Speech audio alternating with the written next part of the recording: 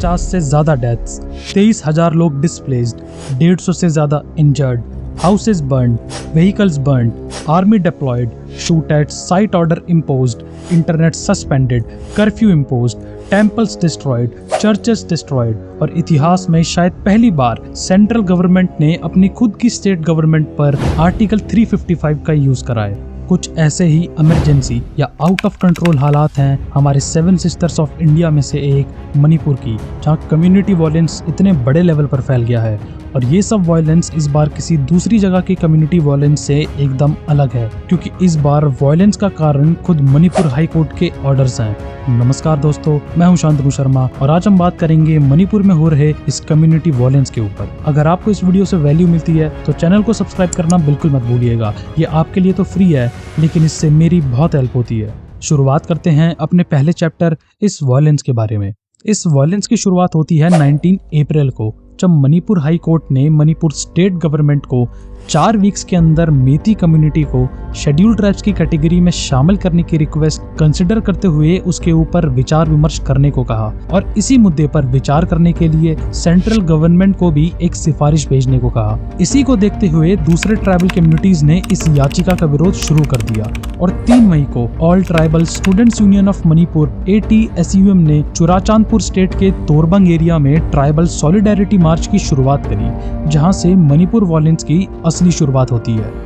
अब सवाल यह उठता है कि मेती कम्युनिटी का ST कैटेगरी में आने से बाकी ट्राइबल कम्युनिटीज को क्या परेशानी है और क्या चीजें इतनी ज्यादा सीरियस हैं कि पिछले 10 साल से चलती आ रही मेती कम्युनिटी की मांग वायलेंस का लेवल इस कदर बढ़ा सकती है। अब ये सब समझने के लिए पहले जानते हैं इन कम्युनिटीज और मणिपुर के बारे में, जिससे चीजें साफ हो जाएं। चैप्टर 2 मणिपुर और कम्युनिटीज।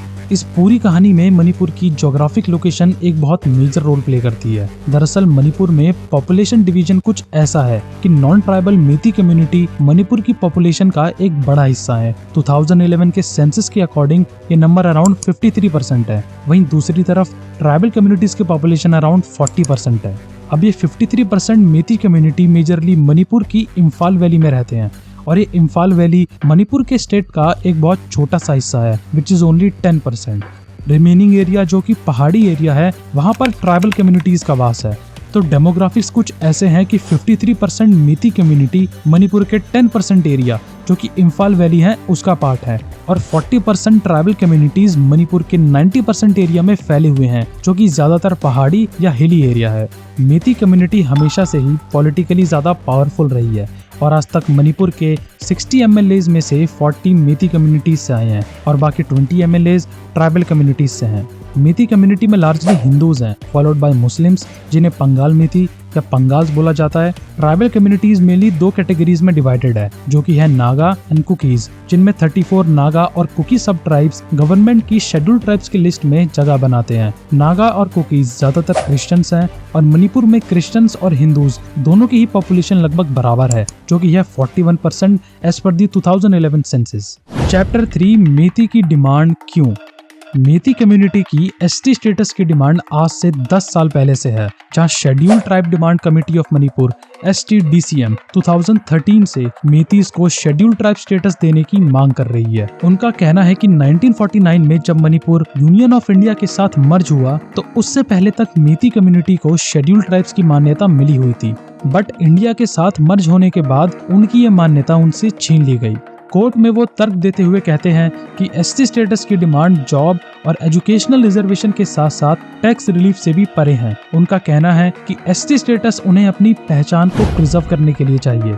ST स्टेटस उन्हें अपनी कम्युनिटी, उनकी पूर्वज या एंसेस्ट्रल लैंड, उनकी परंपरा, भाषा और उनकी पहचान को बचाने के लिए चाहिए। उनका कहना है कि बांग्लादेश और म्यांमार से एक बड़े लेवल पर इलीगल इमिग्रेशन उनकी कम्युनिटी के लिए एक बहुत बड़ा खतरा है। मोरोवर वो यह भी बताते हैं कि देश का कोई भी नागरिक इम्फाल वैली में आकर सेटल हो सकता है, इंक्लूडिंग मणिपुर की ट्राइबल कम्युनिटीज, लेकिन मेती लोगों को हिल एरिया में जमीन खरीदने और सेटल होने की परमिशन नहीं है। और दूसरी तरफ ट्राइबल कम्युनिटीज इम्फाल वैली में जमीन खरीद भी रहे हैं और सेटल भी हो रहे हैं।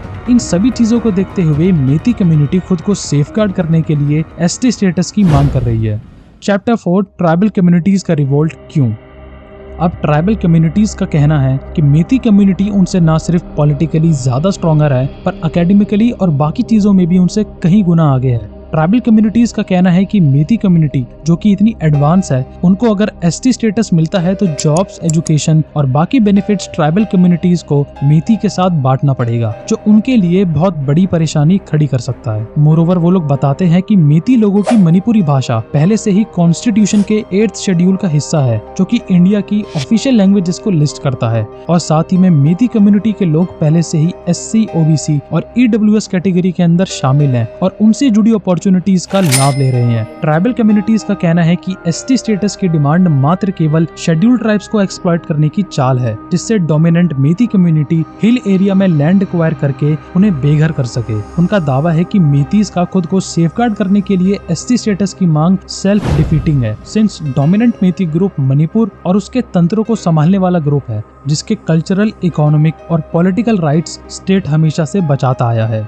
कुछ लोगों का मानना है कि ये सब सरकार के खिलाफ दबे हुए गुस्से का आक्रोश है, सिंस लोगों का मानना है कि बीजेपी लेड गवर्नमेंट मणिपुर में स्पेसिफिक ट्राइबल ग्रुप्स को टारगेट कर रही है। सरकार द्वारा रिजर्व्ड और प्रोटेक्टेड फॉरेस्ट में बनाए हुए दबाव और फेब की रीसेंट एविक्शन ड्राइव, जहां वो कुकी विलेज में लोगों को निष्कासित करते हुए नजर आए। मोरोवर म्यांमार से इलीगल सेटलर्स के खिलाफ सरकार के स्ट्रिक्ट रूल्स ने कुकीज को नाराज कर रखा है, क्योंकि कुकीज उन लोगों के परिजन हैं। मोरोवर 11 अप्रैल को सरकार द्वारा 3 चर्चेस को इलीगल घोषित करके उन्हें तोड़ दिया गया। वहीं सरकार का कहना है कि म्यांमार से आए लोग जो कि कुकी जोमी ट्राइब से जुड़े हुए हैं, वो लोग फॉरेस्ट और सरकारी जमीन को क्लियर करके ड्रग्स उगा रहे हैं और उन्हीं लोगों को रोकने के लिए ये ड्राइव्स कराई जा रही हैं। Chapter 5 the violence and government. इन सभी चीजों को देखते हुए 3 मई को all tribal students union of Manipur Churachandpur district के तोरबंग एरिया में ट्राइबल सॉलिडेरिटी मार्च ऑर्गेनाइज कराती है, जहां से वायलेंस की असली शुरुआत होती है। अब कुछ लोगों का कहना है कि ट्राइबल कम्युनिटीज ने मार्च के दौरान मेती एरिया में घुसकर उनके घरों को आग लगा दी और वहां लोगों के साथ वायलेंस की शुरुआत करी। वहीं दूसरी तरफ कुछ लोगों का कहना था कि ऐसा करने वाली मेती कम्युनिटी थी, जिसने ट्राइबल एरियाज में घुसकर वायलेंस की शुरुआत करी। वायलेंस का लेवल काफी एक्सट्रीम था, जहां पर एज पर ऑफिशियल रिपोर्ट्स 60 लोगों को अपनी जान गंवानी पड़ी और अनऑफिशियल डेटा में ये नंबर काफी ज्यादा दिखाई दिया और साथ ही में 150 से 200 लोग इसमें इंजर्ड भी हुए। वायलेंस के दौरान अटैकर्स ने पुलिस स्टेशन को लूटकर हथियारों का भी यूज करा, जिसमें AK-47, ऑटोमेटिक मशीन गन्स और ग्रेनेड जैसे खतरनाक हथियार भी शामिल थे। लोगों को गाड़ियों के अंदर ही जिंदा जला दिया गया और मंदिरों के ऊपर ग्रेनेड्स फेंके गए और कई चर्चेस को भी पूरी तरह से डिस्ट्रॉय कर दिया गया। लोगों की तरफ से पत्थरबाजी भी दिखी। फॉलोइंग द सेम गवर्नमेंट ने एक्शन लेते हुए कई एरियाज में कर्फ्यू और शूट एट साइट ऑर्डर भी इम्पोज करे और इंटरनेट सर्विसेज को कम्प्लीटली शट डाउन कर दिया और इमरजेंसी पावर्स यूज करते हुए कॉन्स्टिट्यूशन का आर्टिकल 355 भी इम्पोज करा, जिसकी मदद से यूनियन गवर्नमेंट ने स्टेट की सिक्योरिटी इश्यूज को अपने हाथ में लिया और मिनिस्ट्री ऑफ होम अफेयर्स ने कुलदीप सिंह को स्टेट का सिक्योरिटी एडवाइजर अपॉइंट करा, जिससे सिचुएशन को संभाला जा सके। इस पूरे वायलेंस ने लगभग 23,000 लोगों को डिस्प्लेस कर दिया, जिन्होंने दूसरी स्टेट्स और कई रिलीफ कैंप्स में अपनी जगह बनाई। मोरोवर सिचुएशन को संभालने के लिए लगभग 10,000 आर्मी, पैरामिलिट्री और सेंट्रल पुलिस फोर्सेस को भी स्टेट में डिप्लॉय करा और आर्मी और आसाम राइफल्स ने लोगों को रेस्क्यू करने में एक अहम रोल निभाया। साथ ही में चुराचांदपुर डिस्ट्रिक्ट के सईतौन एरिया में सिक्योरिटी फोर्सेस और 4 हिल बेस्ड आतंकवादियों के बीच ओपन फायरिंग भी हुई, इसमें एक आतंकवादी को मार दिया गया और 2 IRB जवान भी इंजर्ड हुए। सरकार का कहना था कि मिनिस्ट्री ऑफ होम अफेयर्स ने इस पूरे वायलेंस पर कड़ी निगरानी बनाई हुई थी। मणिपुर CM बीरेन सिंह ने भी बाकी पार्टीज और बाकी स्टेट से भी मदद की अपील करी और शांति बनाए रखने को कहा। इस पूरे वायलेंस में कई स्टेट्स ने सामने से आकर मदद भी करी और CM बीरेन सिंह ने सिचुएशन को वापस नॉर्मल लाने में अमित शाह के साथ साथ हमारी आर्मी ट्रूप्स को भी धन्यवाद दिया।